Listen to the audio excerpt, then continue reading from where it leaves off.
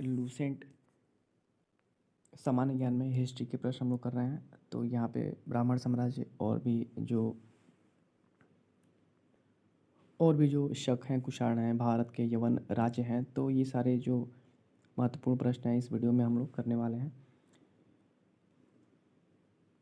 पुष्यमित्र शुंग, जिसने मगध पर शुंग वंश की नींव डाली, ब्राह्मण जाति का था। शुंग शासकों ने अपनी राजधानी विदिशा में स्थापित की। इंडो यूनानी शासक मिनांडर को पुष्यमित्र शुंग ने पराजित किया। पुष्यमित्र शुंग ने 2 बार अश्वमेध यज्ञ किया। इनके लिए पतंजलि ने अश्वमेध यज्ञ कराए। बरहुत स्तूप का निर्माण पुष्यमित्र शुंग ने करवाया। शुंग वंश का अंतिम शासक देवभूति था। इसकी हत्या 73 ईस्वी पूर्व में वासुदेव ने कर दी और मगध की गद्दी पर कर्णव वंश की स्थापना की। कर्णव वंश का अंतिम राजा सुशर्मा हुआ। शिमुक ने 60 ईस्वी पूर्व में सुशर्मा की हत्या कर दी और सातवाहन वंश की स्थापना की। सातवाहन आंध्र प्रदेश शासकों ने अपनी राजधानी प्रतिष्ठान में स्थापित की। प्रतिष्ठान आंध्र प्रदेश के औरंगाबाद जिले में है। सातवाहन वंश के प्रमुख शासक थे शिमुक, सातकर्णी, गौतमीपुत्र सातकर्णी, वशिष्ठिपुत्र पुलुवामी तथा यज्ञश्री सातकर्णी। सातकर्णी ने 2 अश्वमेध तथा 1 राजसूय यज्ञ कराई। सातवाहन शासकों के समय प्रसिद्ध साहित्यकार हाल एवं गुणांड थे। हाल ने गाथा सप्तदशक, गुणांड ने बृहत कथा नामक पुस्तकों की रचना की। ध्यान रखिएगा। सातवाहन शासकों ने चांदी, तांबे, सीसा, पुटीन और कांसे की मुद्राओं का प्रचलन किया। ब्राह्मणों को भूमि अनुदान देने की प्रथा का आरंभ सातवाहन शासकों ने सर्वप्रथम किया था। काफ़ी इंपॉर्टेंट है, इसको ध्यान रखिएगा। सातवाहनों की भाषा प्राकृत एवं लिपि ब्राह्मी थी। सातवाहनों का समाज मातृ सत्तात्मक था। सातवाहनों की महत्वपूर्ण स्थापत्य कृतियाँ हैं कार्ले का चैत्य, अजंता एवं एलोरा की गुफाओं का निर्माण एवं अमरावती कला का विकास। सातकर्णी एवं अन्य सभी सातवाहन शासक दक्षिणापथ के स्वामी कहे जाते थे। नोट में यहाँ देखते चलेंगे कि सातवाहन राज्य ने उत्तर और दक्षिण भारत के बीच सेतु का काम किया। अब आगे देखेंगे भारत के यवन राज्य। भारत पर आक्रमण करने वाले विदेशी आक्रमणकारियों का क्रम है। पहले हिंदू यूनानी, दूसरा शक। हिंदू यूनानी में शक, उसके बाद से पहलव, फिर कुषाण। अब आगे देखेंगे सेल्यूकस के द्वारा स्थापित पश्चिमी तथा मध्य एशिया के विशाल साम्राज्य को इसके उत्तराधिकारी एंटियोकस प्रथम ने अक्षुण्ण बनाए रखा। एंटियोकस द्वितीय के शासनकाल में विद्रोह के फलस्वरूप उनके अनेक प्रांत स्वतंत्र हो गए। बैक्टीरिया के विद्रोह का नेतृत्व डियोडोटस प्रथम ने किया था। बैक्टीरिया पर डियोडोटस प्रथम के साथ इन राजाओं ने क्रम शासन किया। डियोडोटस द्वितीय, यूथिडेमस, डेमेट्रियस, मिनांडर, यूकेट्राइडस, एंटीआर्डिकस तथा हर्मिक्स। भारत पर सबसे पहले आक्रमण बैक्टीरिया के शासक डेमेट्रियस ने किया। दोस्तों ध्यान रखेंगे कि भारत के यवन राज्य के हम लोग ये प्रश्न जो है ये करना है। इसने 190 ईस्वी पूर्व में भारत पर आक्रमण कर अफगानिस्तान, पंजाब एवं सिंध के बहुत बड़े भाग पर अधिकार कर लिया। इसने शाकल को अपनी राजधानी बनाया। इसे ही हिंद यूनानी या बैक्टीरिया यूनानी कहा गया। हिंद यूनानी शासकों में सबसे अधिक विख्यात मिनांडर 165 से 145 ईस्वी पूर्व हुआ। इसकी राजधानी शाकल यानी आधुनिक अगर नाम जाने तो सियालकोट शिक्षा का प्रमुख केंद्र था। मिनांडर ने नागसेन यानी नागार्जुन से बौद्ध धर्म की दीक्षा ली। मिनांडर के प्रश्न एवं नागसेन द्वारा दिए गए उत्तर एक पुस्तक के रूप में संग्रहित हैं, जिसका नाम मिलिंद पन्हो अर्थात मिलिंद के प्रश्न या मिलिंद प्रश्न है। हिंद यूनानी भारत के पहले शासक हुए जिसके द्वारा जिसके जारी किए गए सिक्कों के बारे में निश्चित रूप से कहा जा सकता है कि सिक्के किन किन राजाओं के हैं। भारत में सबसे पहले हिंद यूनानियों ने ही सोने के सिक्के जारी किए। हिंद यूनानी शासकों ने भारत के पश्चिमोत्तर सीमा प्रांत में यूनान की प्राचीन कला चलाई, जिसे हेलेनिस्टिक आर्ट कहते हैं। भारत में गंधार कला इसका उत्तम उदाहरण है। आगे देखेंगे शक। यूनानियों के बाद शकों की 5 शाखाएं थी और हर शाखा की जो राजधानी थी वो भारत और अफगानिस्तान में अलग अलग भागों में थी।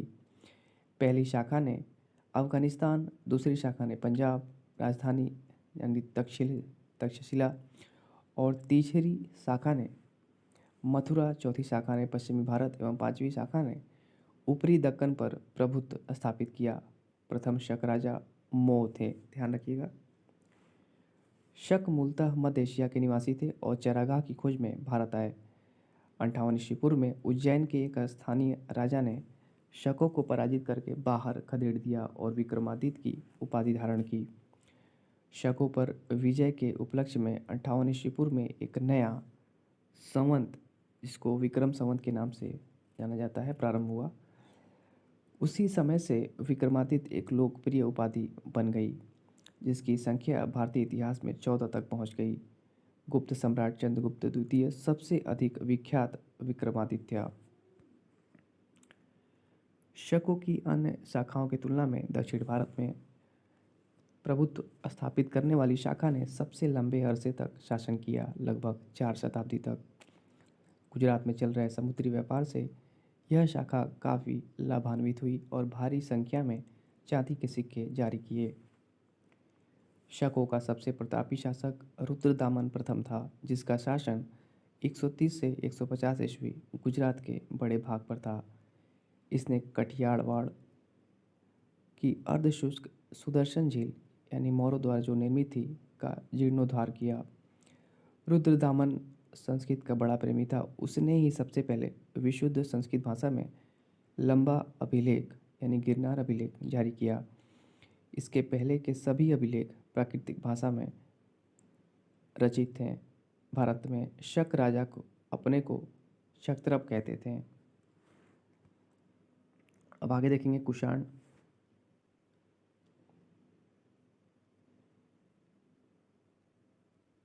पहलों के बाद कुषाण है, जो यूची एवं तोकरी भी कहलाते हैं। यूची नामक एक कबीला 5 कुलों में बट गया था। उन्हीं में एक कुल के थे कुषाण। कुषाण वंश के संस्थापक कुजुल कड़फिसेस थे। कड़फिसेस था इस वंश का सबसे प्रतापी राजा कनिष्क था। इनकी राजधानी पुरुषपुर या पेशावर थी। कुषाणों की द्वितीय राजधानी मथुरा थी। कनिष्क ने 78 ईस्वी गद्दी पर बैठने के समय में एक संवत चलाया जो शक संवत कहलाता है, जिसे भारत सरकार द्वारा प्रयोग में लाया जाता है।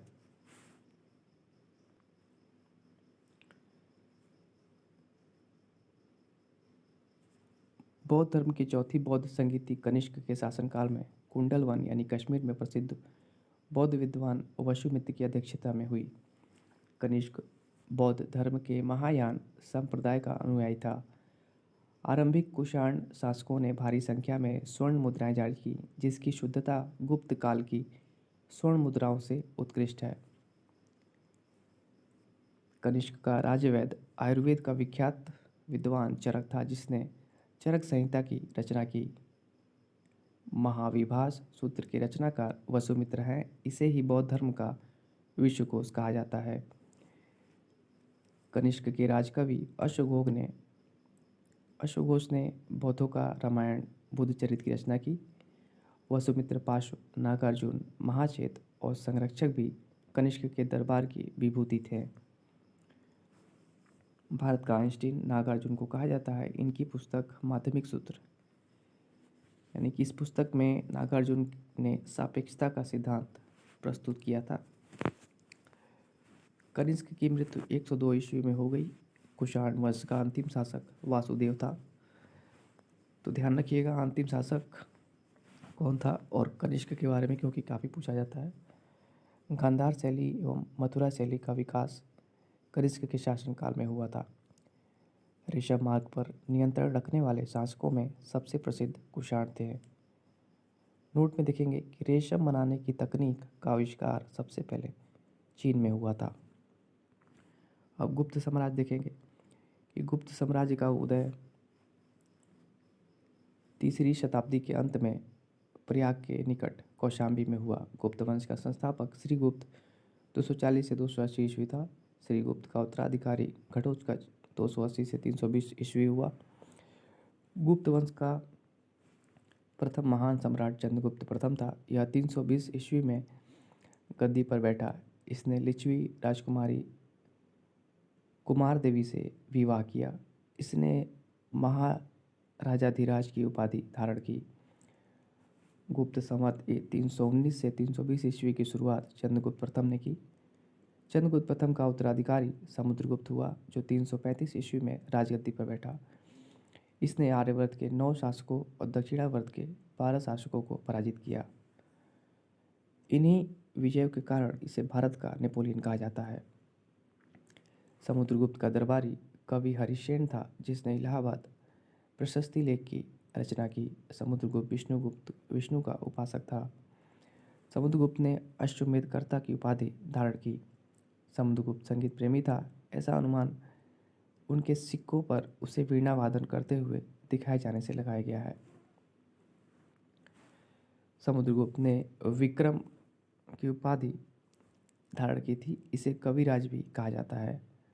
समुद्रगुप्त का उत्तराधिकारी चंद्रगुप्त द्वितीय हुआ, जो 380 ईस्वी में राजगद्दी पर बैठा। चंद्रगुप्त द्वितीय के शासनकाल में चीनी बौद्ध यात्री फाहियान भारत आया। शकों पर विजय के उपलक्ष्य में चंद्रगुप्त द्वितीय ने चांदी के सिक्के चलाए। चंद्रगुप्त द्वितीय का उत्तराधिकारी कुमारगुप्त प्रथम या गोविंदगुप्त 415 ईस्वी से 454 ईस्वी हुआ। नालंदा विश्वविद्यालय की स्थापना कुमारगुप्त ने की थी। कुमारगुप्त प्रथम का उत्तराधिकारी स्कंदगुप्त 455 से 467 ईस्वी हुआ।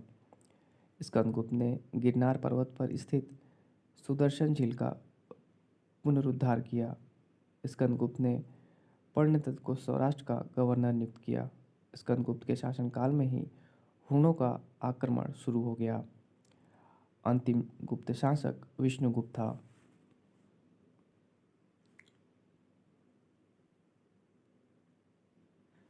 गुप्त साम्राज्य की सबसे बड़ी प्रादेशिक इकाई देश थी, जिसके शासक को गोपना कहा जाता था। एक दूसरी प्रादेशिक इकाई भुक्ति भी थी, जिसे शासक ऊपरी कहलाते थे। भुक्ति के नीचे विषय नामक प्रशासनिक इकाई होती थी, जिसके प्रमुख विषयपति कहलाते थे। पुलिस विभाग का मुख्य अधिकारी दंड पाशिक कहलाता था। पुलिस विभाग के साधारण कर्मचारियों को चाट एवं भाट कहा जाता था। प्रशासन की सबसे छोटी इकाई ग्राम थी। ग्राम का प्रशासन ग्राम सभा द्वारा संचालित होता था। ग्राम सभा का मुखिया ग्रामी कहलाता था एवं अन्य सदस्य महत्तर कहलाते थे। ग्राम समूहों की सबसे छोटी जो इकाई होती थी उसको पेट कहा जाता था, ध्यान रखेंगे। और गुप्त शासक कुमारगुप्त ने दामोदरपुर ताम्रपत्र में भूमि बिक्री संबंधी अधिकारियों के क्रियाकलापों का उल्लेख है। भू राजस्व कुल उत्पादन का 1/4 भाग से 1/6 भाग हुआ करता था। आर्थिक उपयोगिता के आधार पर निम्न प्रकार की भूमि थी। तो भूमि के बारे में ध्यान रखेंगे, कौन कौन सी भूमि थी। पहला था क्षेत्र। इसमें क्या होता था कि इसमें कृषि करने योग्य भूमि होती थी। वास्तु में क्या होता था कि इसमें वास करने योग्य भूमि थी। चारागाह में क्या था कि इसमें पशुओं की चारा योग्य भूमि थी। और सील में क्या होता था कि इसमें ऐसी भूमि थी जो जोतने योग्य नहीं होती थी, मतलब जिसकी जुताई ना होती हो। पांचवा था अपराहत, मतलब ऐसी भूमि जो जंगली होती थी। सिंचाई के लिए रहट या घंटी यंत्र का प्रयोग होता था। श्रेणी के प्रधान को ज्येष्ठक कहा जाता था। गुप्त काल में उज्जैन सर्वाधिक महत्वपूर्ण व्यापारी केंद्र था। गुप्त राजाओं ने सर्वाधिक स्वर्ण मुद्राएं जारी की। इनकी स्वर्ण मुद्राओं को अभिलेखों में दिनार कहा गया है। कायस्थों का सर्वप्रथम वर्णन याज्ञवल्क्य स्मृति में मिलता है। जाति के रूप में कायस्थों का सर्वप्रथम वर्णन ओशनम स्मृति में मिलता है।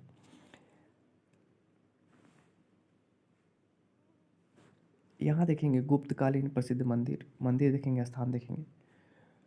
विष्णु मंदिर स्थान तो तिगवा जबलपुर मध्य प्रदेश। शिव मंदिर भूमरा नागौदा मध्य प्रदेश। पार्वती मंदिर नैना कुठार मध्य प्रदेश। दशावतार मंदिर देवगढ़ ललितपुर उत्तर प्रदेश। शिव मंदिर खोह नागौद मध्य प्रदेश। भीतर गांव मंदिर भीतरगांव लक्ष्मण मंदिर, ध्यान रखेंगे, ईटो कानपुर उत्तर प्रदेश द्वारा निर्मित।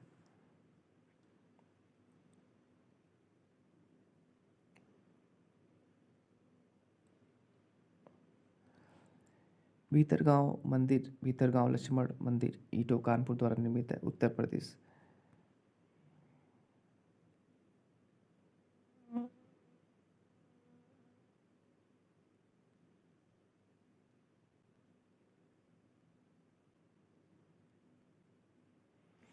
विंध्य जंगल में शबर जाति के लोग अपने देवताओं को मनुष्य का मांस चढ़ाते थे। पहली बार किसी के सती होने का प्रमाण 510 ईस्वी के भानुगुप्त के एरन अभिलेख से मिलता है, जिसमें किसी भोजराज की मृत्यु पर उसकी पत्नी के सती होने का उल्लेख है। गुप्तकाल में वेश्यावृत्ति करने वाली जो महिलाएं होती थीं उनको गणिका कहा जाता था और वृद्ध वेश्याओं को कुट्टनी कहा जाता था। और गुप्त सम्राट जो वैष्णव धर्म के अनुयायी थे उन्होंने इसे राजधर्म बनाया था। विष्णु का वाहन गरुण गुप्तों का राजचिन्ह था। गुप्त काल में वैष्णव धर्म संबंधी सबसे महत्वपूर्ण अवशेष देवगढ़ यानी जिला ललितपुर का दशावतार मंदिर है, जो कि काफ़ी महत्वपूर्ण है। यह बेतवा नदी के तट पर स्थित है, ध्यान रखिएगा। अजंता में निर्मित कुल 29 गुफाओं में वर्तमान में केवल 6 ही शेष हैं, जिनमें गुफा संख्या 16 से 17 ही गुप्तकालीन है। इसमें गुफा संख्या 16 में उत्कीर्ण यानी मरणासन राजकुमारी का चित्र प्रशंसनीय है। गुफा संख्या 17 को चित्र को चित्रशाला कहा गया है। इस चित्रशाला में बुद्ध के जन्म, जीवन, महाभिनिष्क्रमण एवं महापरिनिर्वाण की घटनाओं से संबंधित चित्र उद्धृत किए गए हैं। अजंता की गुफाएं बौद्ध धर्म की महायान शाखा से संबंधित हैं। गुप्त काल में निर्मित अन्य गुफा बाघ की गुफा है, जो ग्वालियर के समीप बाघ नामक स्थान पर विंध्य पर्वत को काटकर बनाई गई थी।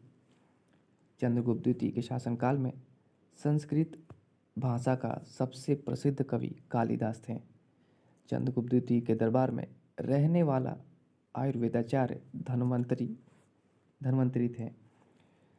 गुप्त काल में विष्णु शर्मा द्वारा लिखित पंचतंत्र यानी संस्कृत को संसार का सर्वाधिक प्रचलित ग्रंथ माना जाता है।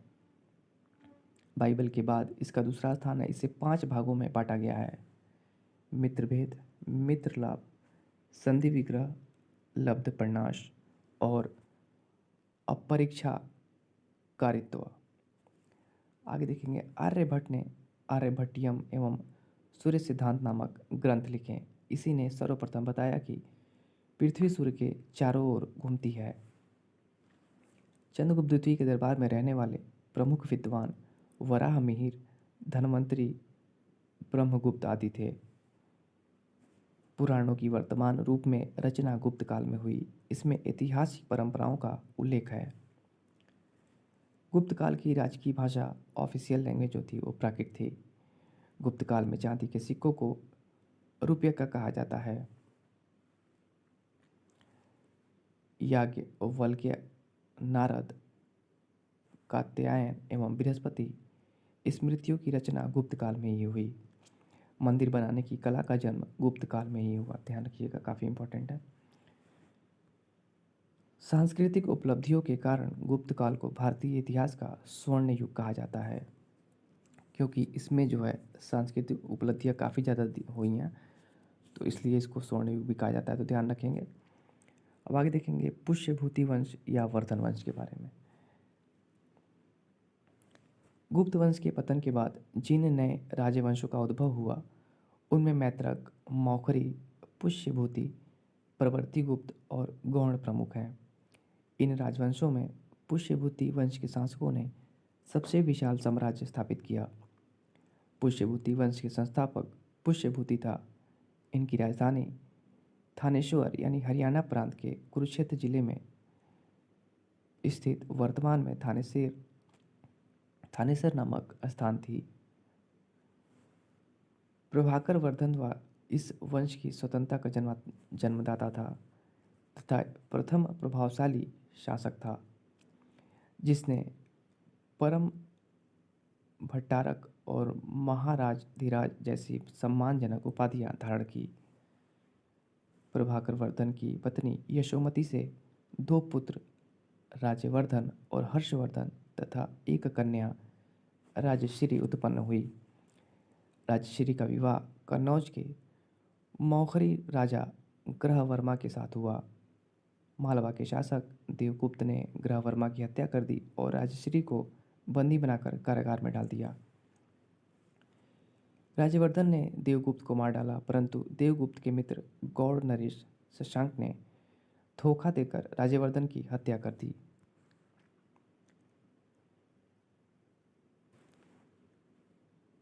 नोट में देखेंगे शशांक शैव धर्म का अनुयायी था। इसने बोधि वृक्ष यानी बोध गया को कटवा दिया।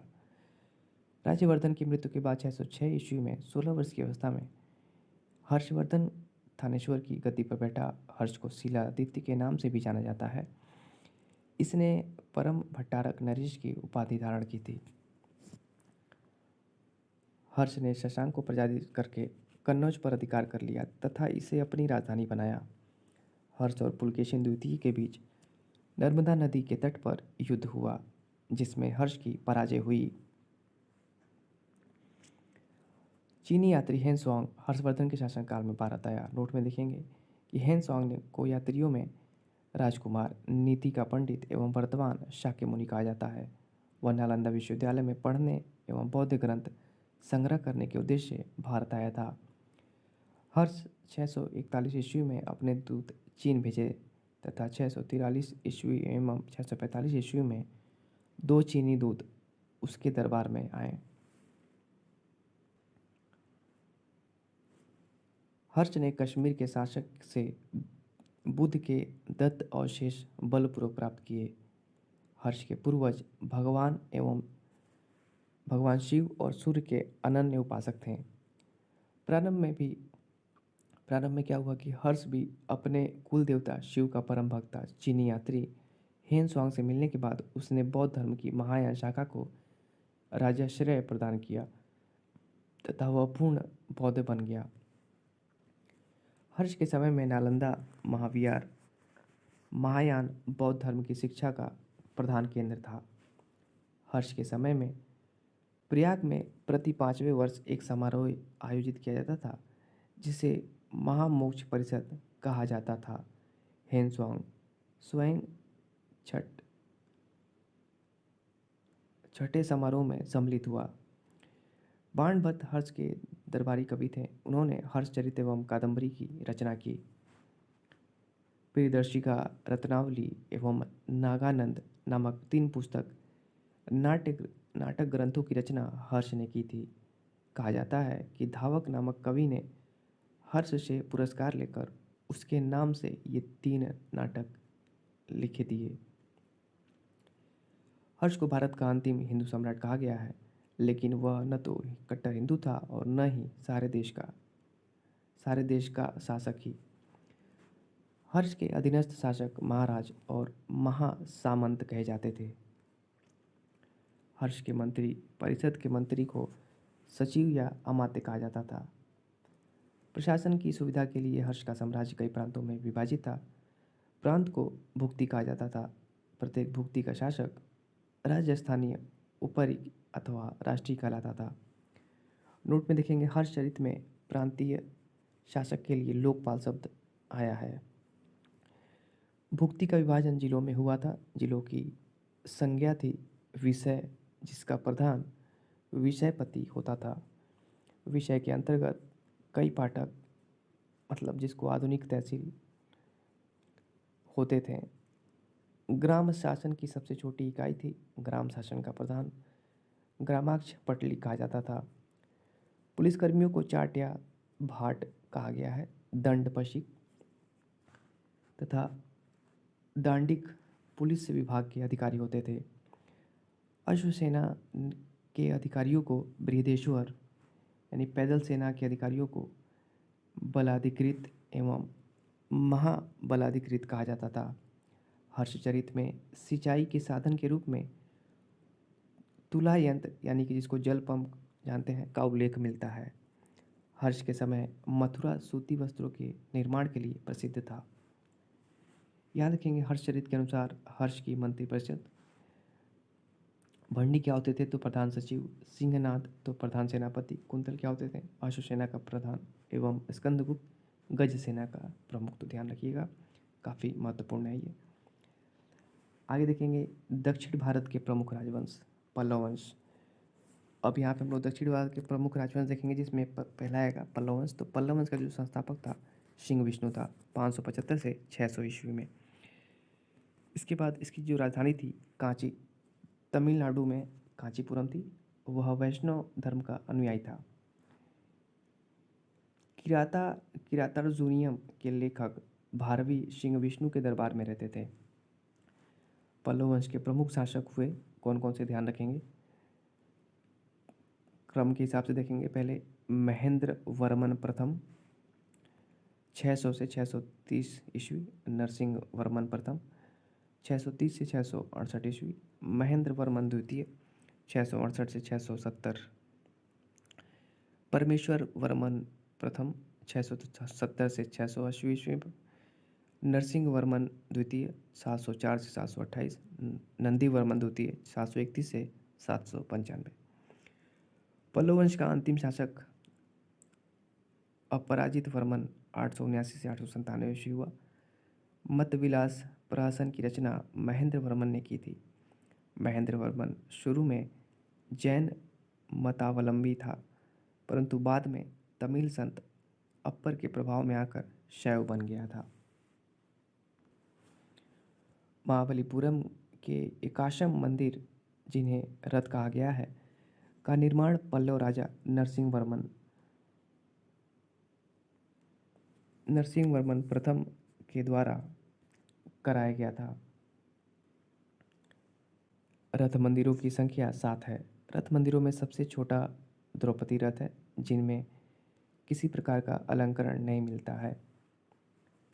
वात पिकोंड की उपाधि नरसिंह वर्मन प्रथम ने धारण की थी। अरबों के आक्रमण के समय पल्लवों का शासक नरसिंह वर्मन द्वितीय था। उसने राज सिंह यानी कि राजाओं में सिंह, आगम प्रिय यानी कि शास्त्रों का प्रेमी और शंकर भक्त यानी कि शिव का उपासक की उपाधियां धारण की। उसने कांची के कैलाशनाथ मंदिर का निर्माण करवाया जिसे राज सिद्धेश्वर मंदिर भी कहा जाता है। इसी मंदिर के निर्माण से द्रविड़ स्थापत्य कला की शुरुआत हुई। महाबलीपुरम में शोर मंदिर, ध्यान रखिएगा कांची के कैलाशनाथ मंदिर में पल्लव राजाओं और रानियों की आदमकद तस्वीरें लगी हैं। दश कुमार चरित्र के लेखक आगे देखेंगे। दश कुमार चरित्र के लेखक दंडी नरसिंह वर्मन द्वितीय के दरबार में रहते थे। कांची के मुक्तेश्वर मंदिर एवं बैकुंठ पेरुमाल मंदिर का निर्माण नंदी वर्मन द्वितीय ने कराया। प्रसिद्ध वैष्णव संत तिरुमण्णई अलवार नंदी वर्मन द्वितीय के समकालीन थे। यहाँ देखेंगे राष्ट्रकूट राजवंश का संस्थापक दंतीदुर्ग 752 ईस्वी था। शुरुआत में वे कर्नाटक के चालुक्य राजाओं के अधीन थे। इनकी राजधानी मनकीर या मानेखेत वर्तमान में मालखेड़ शोलापुर के निकट थी। राष्ट्रकूट वंश के प्रथम शासक थे, ध्यान रखेंगे कृष्ण प्रथम, ध्रुव गोविंद तृतीय, अमोघ वर्ष, कृष्ण द्वितीय, इंद्र तृतीय एवं कृष्ण तृतीय। एलोरा के प्रसिद्ध कैलाश मंदिर का निर्माण कृष्ण प्रथम ने कराया था। ध्रुव राष्ट्रकूट वंश का पहला शासक था जिसने कनौज पर अधिकार करने हेतु त्रिपक्षीय संघर्ष में भाग लिया और प्रतिहार नरेश वत्सराज एवं पाल नरेश धर्मपाल को पराजित किया। ध्रुव को धारावर्ष भी कहा जाता था। गोविंद तृतीय ने त्रिपक्षीय संघर्ष में भाग लेकर चक्रा युद्ध एवं उसके संरक्षक धर्मपाल तथा प्रतिहार वंश के शासक नागभट्ट द्वितीय को पराजित किया। पल्लव, पांड्य, केरल एवं गंग शासकों के संघ को गोविंद तृतीय ने नष्ट किया। अमोघ वर्ष जैन धर्म का अनुयायी था। इसने कन्नड़ में कविराज मार की रचना की। आदि पुराण के रचनाकार जीनसेन, गणितासार संग्रह के लेखक महावीराचार्य एवं अमोघ वृत्ति के लेखक सक्तायना अमोघ वर्ष के दरबार में रहते थे। अमोघ वर्ष ने तुंगभद्रा नदी में जल समाधि लेकर अपने जीवन का अंत किया। इंद्र तृतीय के शासनकाल में अरब निवासी अलमसूदी भारत आया। इसने तत्कालीन राष्ट्रकूट शासकों को भारत का सर्वश्रेष्ठ शासक कहा। राष्ट्रकूट वंश का अंतिम महान शासक कृष्ण तृतीय था। इसी के दरबार में कन्नड़ भाषा के कवि पोन्न रहते थे, जिन्होंने शांति पुराण की रचना की। कल्याणी के चालुक्य तैलप द्वितीय ने 973 ईस्वी में कर्क को हराकर राष्ट्रकूट राज्य पर अपना अधिकार कर लिया और कल्याणी के चालुक्य वंश की नींव डाली। एलोरा एवं एलिफेंटा, जो कि महाराष्ट्र में है, गुहा मंदिरों का निर्माण राष्ट्रकूटों के समय ही हुआ। एलोरा में 34 शैलकृत गुफाएं हैं। इनमें 1 से 12 तक बौद्धों, 13 से 29 तक हिंदुओं एवं 30 से 34 तक जैनों की गुफाएं हैं। एलोरा की गुफा 15 में विष्णु को नरसिंह अर्थात पुरुष सिंह के रूप में दिखलाया गया है। राष्ट्रकूट शैव, वैष्णव, शाक्त संप्रदायों के साथ साथ जैन धर्म के भी उपासक थे। राष्ट्रकूटों ने अपने राज्यों में मुसलमान व्यापारियों को बसने तथा इस्लाम के प्रचार की स्वीकृति दी थी। आगे देखेंगे चालुक्य वंश। कल्याणी के चालुक्य वंश की स्थापना तैलप द्वितीय ने की थी। राजधानी क्या थी तो मानेखेड़, ध्यान रखिएगा। चालुक्य वंश कल्याणी के प्रमुख शासक हुए तैलप प्रथम, तैलप द्वितीय, विक्रमादित्य, जयसिंह, सोमेश्वर द्वितीय, विक्रमादित्य छठवें, सोमेश्वर तृतीय तथा तैलप तृतीय। सोमेश्वर प्रथम ने मानेखेड़ से राजधानी हटाकर कल्याणी यानी कर्नाटक को बनाया। इस वंश का सबसे प्रतापी शासक विक्रमादित्य था। विल्हण एवं विज्ञानेश्वर विक्रमादित्य छठवें के दरबार में ही रहते थे। मिताक्षरा हिंदू विधि ग्रंथ याज्ञवल्क्य स्मृति पर व्याख्या नामक ग्रंथ की रचना महान विधिवेता विज्ञानेश्वर ने की थी। विक्रमांक देवचरित की रचना विल्हण ने की थी। इसमें विक्रमादित्य छठवें के जीवन पर प्रकाश डाला गया है। चालुक्य वंश देखेंगे। वातापी, जयसिंह ने वातापी के चालुक्य वंश की स्थापना की, जिसकी राजधानी वातापी यानी कि बीजापुर के निकट थी। इस वंश के प्रमुख शासक थे पुलकेशिन प्रथम, कीर्तिवर्मन, पुलकेशिन द्वितीय, विक्रमादित्य, विनयादित्य एवं विजयादित्य। इनमें सबसे प्रतापी राजा पुलकेशिन द्वितीय था। आगे देखेंगे। महाकूट स्तंभ लेख से प्रमाणित होता है कि पुलकेशिन द्वितीय बहु सुवर्ण एवं अग्निष्टोम यज्ञ संपन्न करवाया था। जिनेंद्र का मेगुती मंदिर पुलकेशिन द्वितीय ने बनवाया था। पुलकेशिन द्वितीय ने हर्षवर्धन को हराकर परमेश्वर की उपाधि धारण की थी। इसने दक्षिणापथेश्वर की उपाधि भी धारण की थी। पल्लव वंशी शासक नरसिंह वर्मन प्रथम ने पुलकेशिन द्वितीय को लगभग 642 ईस्वी में परास्त किया और इसकी राजधानी बादामी पर अधिकार कर लिया। संभवतः इसी युद्ध में पुलकेशिन द्वितीय मारा गया। इसी विजय के बाद नरसिंह वर्मन ने वातापिकोड को उपाधि धारण की। इहोल अभिलेख का संबंध पुलकेशिन द्वितीय से है। लेखक रविकीर्ति हैं, ध्यान रखिएगा। अजंता के एक गुहा चित्र में फारसी दूत मंडल को स्वागत करते हुए पुलकेशिन द्वितीय को दिखाया गया है। वातापी का निर्माणकर्ता कीर्तिवर्मन को माना जाता है। मालवा को जीतने के बाद विनयादित्य ने शकलोत्तर पथनाथ की उपाधि धारण की। विक्रमादित्य द्वितीय के शासनकाल में ही दक्कन में अरबों ने आक्रमण किया। इस आक्रमण का मुकाबला विक्रमादित्य के भतीजा पुलकेशी ने किया। इस अभियान की सफलता पर विक्रमादित्य द्वितीय ने इसे अवनीजनाश्रय की उपाधि प्रदान की। विक्रमादित्य द्वितीय की प्रथम पत्नी लोकमहादेवी ने पट्टदकल में विरूपाक्ष महादेव मंदिर तथा उसकी दूसरी पत्नी त्रैलोक्य देवी ने त्रैलोकेश्वर मंदिर का निर्माण करवाया। इस वंश का अंतिम राजा कीर्तिवर्मन द्वितीय था। इसके सामंत दंती दुर्ग ने परास्त कर एक नए वंश राष्ट्रकूट वंश की स्थापना की। ऐहोल को मंदिरों का शहर कहा जाता है। चालुक्य वंश देखेंगे। बेंगी के चालुक्य वंश का संस्थापक विष्णुवर्धन था। इसकी राजधानी बेंगी यानी आंध्र प्रदेश में थी। अब इस वंश के प्रमुख शासक देखेंगे कौन कौन से थे। जयसिंह प्रथम, इंद्रवर्धन, विष्णुवर्धन द्वितीय, जयसिंह द्वितीय एवं विष्णुवर्धन तृतीय।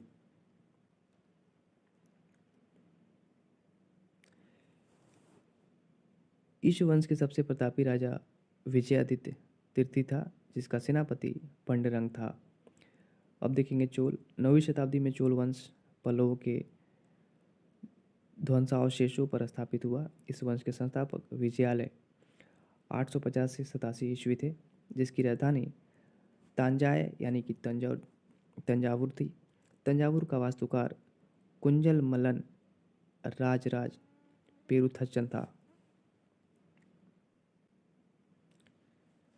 विजयालय ने नरकेसरी की उपाधि धारण की और निशुंभ सूदिनी देवी का मंदिर बनवाया। चोलों का स्वतंत्र राज्य आदित्य प्रथम ने स्थापित किया। पल्लवों पर विजय पाने के उपरांत आदित्य प्रथम ने कोदंडराम की उपाधि धारण की। चोल वंश के प्रमुख राजा थे, ध्यान रखिएगा, परांतक प्रथम, राजराज प्रथम, राजेंद्र द्वितीय एवं कुलोत्तुंग। तकोलम के युद्ध में राष्ट्रकूट नरेश कृष्ण तृतीय ने परांतक प्रथम को पराजित किया। इस युद्ध में परांतक प्रथम का बड़ा लड़का राजादित्य मारा गया। राजराज प्रथम ने श्रीलंका पर आक्रमण किया। वहां के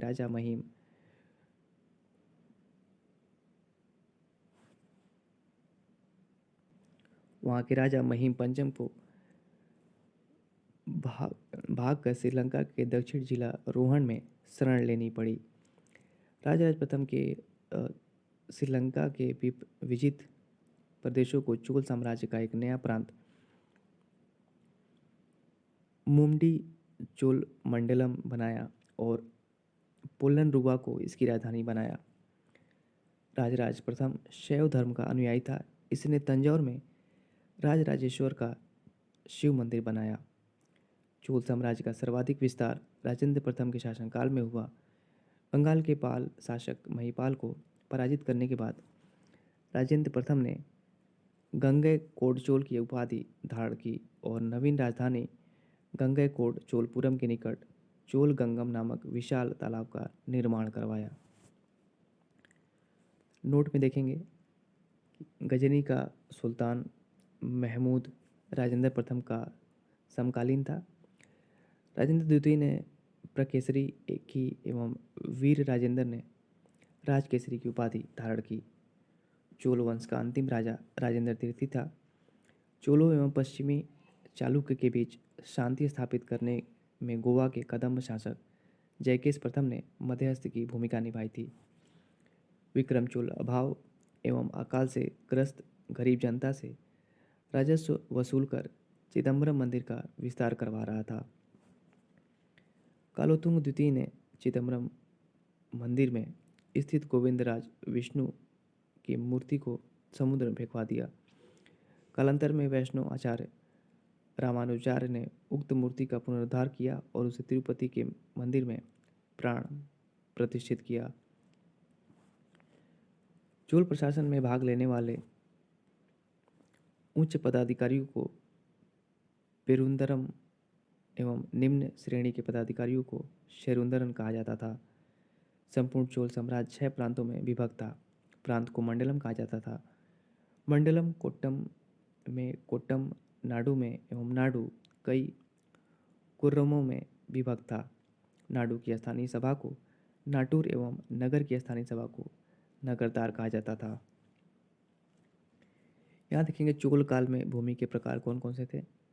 तो वेल्लन वगाई गैर ब्राह्मण किसान स्वामी की भूमि होती थी। ब्रह्मदेय ब्राह्मणों को उपहार में दी गई भूमि होती थी। शाला भोग किसी विद्यालय के रखरखाव की भूमि होती थी। देवदान या तिरुन मटकर्णी ये भूमि होती थी। मंदिर को उपहार में दी गई भूमि होती थी। पल्लीचनम होता था। जैन संस्थानों को दान में दी गई भूमि होती थी। आगे देखेंगे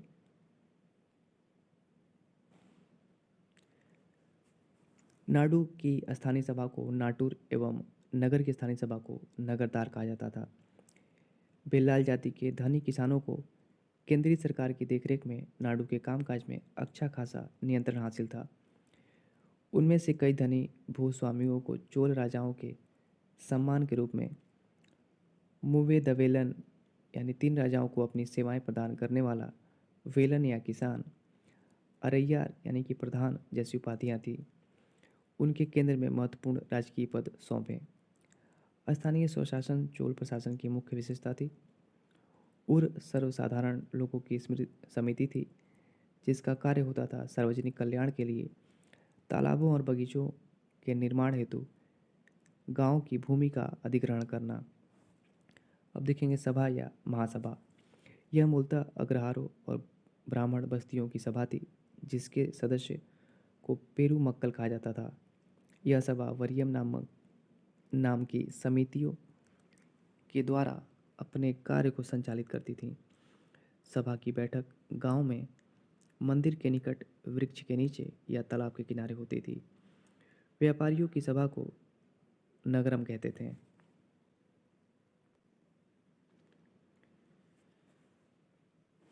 चोल काल में भूमिकर उपज का 1/3 भाग हुआ करता था। गांव में कार्य समिति की सदस्यता के लिए जो वेतनभोगी कर्मचारी रखे जाते थे उन्हें मध्यस्थ कहते थे। ब्राह्मणों को दी गई कर मुक्त भूमि को चतुर्वेदी मंगलम एवं दान की गई जो भूमि होती थी उसे ब्रह्मदेव कहा जाता था। चोल सेना का सबसे संगठित अंग था पदाती सेना। चोल काल में कलंजू सोने के सिक्के थे। तमिल कवियों में जैन गोंदर प्रसिद्ध कवि था जो कलोतुंग प्रथम का राजकवि था। उसकी रचना है कलिंग तुपर्णी। कंबन, ओटकुट्टन और पुंगलेदी को तमिल साहित्य का त्रिरत्न कहा जाता है। पंप, पोन एवं रन कन्नड़ साहित्य के त्रिरत्न माने जाते हैं। पर्सी ब्राउन ने तंजौर के बृहदेश्वर मंदिर के विमान को भारतीय वास्तुकला का निकष माना है। चोलकालीन नटराजा प्रतिमा को चोल कला का सांस्कृतिक सार या निचोड़ कहा जाता है। चोल कांस्य प्रतिमाएं संसार की सबसे उत्कृष्ट कांस्य प्रतिमाओं में गिनी जाती हैं। शैव संत ईशान शिव पंडित राजेंद्र प्रथम के गुरु थे। चोल काल 10वीं शताब्दी का सबसे महत्वपूर्ण बंदरगाह कावेरी पट्टनम था। यहाँ देखेंगे उत्तर मेरूर अभिलेख के अनुसार सभा की सदस्यता। पहला, सभा की सदस्यता के लिए इच्छुक लोगों को ऐसी भूमि का स्वामी होना चाहिए जहाँ से भू राजस्व वसूला जाता है। दूसरा है उनके पास अपना घर होना चाहिए। तीसरा है उनकी उम्र 35 से 70 के बीच होनी चाहिए। चौथा है उन्हें वेदों का ज्ञान होना चाहिए। पांचवा, उन्हें प्रशासनिक मामलों की अच्छी जानकारी होनी चाहिए और ईमानदार होना चाहिए। छठा है यदि कोई पिछले 3 सालों में किसी समिति का सदस्य रहा है तो वह किसी और समिति का सदस्य नहीं बन सकता है। 7वां है, जिसने अपने या अपने संबंधियों के खाते जमा नहीं कराए, वह चुनाव नहीं लड़ सकता है। बहुत बड़ा गांव जो एक इकाई के रूप में शासित किया जाता था, तनियर कहलाता था। उत्तर में शिलालेख जो सभा संस्था या का विस्तृत वर्णन उपस्थित करता है, परांतक प्रथम के शासनकाल से संबंधित है। चोलों की राजधानी कालक्रम के अनुसार थी उरैयूर, तंजौर, गंगैकोंड, चोलपुरम एवं कांची। ध्यान रखिएगा। चोल काल में सड़कों की देखभाल बगान समिति करती थी। चोल काल में आम वस्तुओं के आदान प्रदान का आधार धान था। चोल काल के विशाल व्यापारी समूह निम्न थे: वलंजियार, नानादेसी और मणिग्रामम। विष्णु के उपासक अलवार एवं शिव के उपासक नयनार संत कहलाते थे। आगे देखेंगे यादव वंश। देवगिरी के यादव वंश की स्थापना भीलम पंचम ने की। इसकी राजधानी देवगिरी थी। इस वंश का सबसे प्रतापी राजा सिंघन यानी 1210 ईस्वी से 1246 ईस्वी था। इस वंश का अंतिम स्वतंत्र शासक रामचंद्र था, जिसने अलाउद्दीन के सेनापति मलिक काफूर के सामने आत्मसमर्पण किया। आगे देखेंगे होयसल वंश। द्वार समुद्र के होयसल वंश की स्थापना विष्णुवर्धन ने की थी। होयसल वंश यादव वंश की एक शाखा थी। बेलूर में चेन्ना केशव मंदिर का निर्माण विष्णुवर्धन ने 1117 ईस्वी में किया था। होयसल वंश का अंतिम शासक वीर बल्लाल तृतीय था, जिसे मलिक काफूर ने हराया था। होयसल वंश की राजधानी द्वार समुद्र यानी आधुनिक में हलेवीड था। आगे देखेंगे कदम्ब वंश। कदम्ब वंश की स्थापना मयूर शर्मन ने की थी। कदम्ब वंश की राजधानी वनवासी था। आगे देखेंगे गंग वंश। गंग वंश संस्थापक वज्रहस्त पंचम था। अभिलेखों के अनुसार गंग वंश के प्रथम शासक कोंकणी वर्मा था। गंगों की प्रारंभिक राजधानी कोलाल यानी कोलर थी, जो बाद में तलकाड़ हो गई। दत्तक सूत्र पर टीका लिखने वाला गंग शासक माधव प्रथम था। आगे देखेंगे काकतीय वंश। काकतीय वंश का संस्थापक बीटा प्रथम था, जिसने नलगोंडा यानी हैदराबाद में एक छोटे से राज्य का गठन किया, जिसकी राजधानी अमकोंड थी। इस वंश का सबसे शक्तिशाली शासक गणपति था। रुद्र मादेवी गणपति की बेटी थी, जिसने रुद्रदेव महाराज का नाम ग्रहण किया, जिसने 35 वर्ष तक शासन किया। गणपति ने अपनी राजधानी वारंगल में स्थानांतरित कर ली थी। इस राजवंश का अंतिम शासक प्रताप रुद्र 1295 से 1323 ईस्वी था।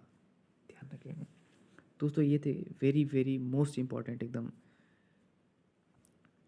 लूसेंट सामान्य ज्ञान के इतिहास के ये प्रश्न थे, जो कि काफ़ी महत्वपूर्ण है आपकी आगामी परीक्षा के लिए। अभी यूपी पुलिस की वैकेंसी आई है, तो उसके लिए भी इम्पॉर्टेंट है। एसएससी जीडी के लिए भी इम्पॉर्टेंट है। ईएमआरएस के लिए इम्पॉर्टेंट है। बिहार के जो एग्ज़ाम्स चल रहे हैं उसके लिए इम्पॉर्टेंट है। पीएसएससी के लिए इम्पॉर्टेंट है। तो ये जो क्वेश्चंस हैं, ये काफ़ी मोस्ट इम्पॉर्टेंट क्वेश्चंस हैं।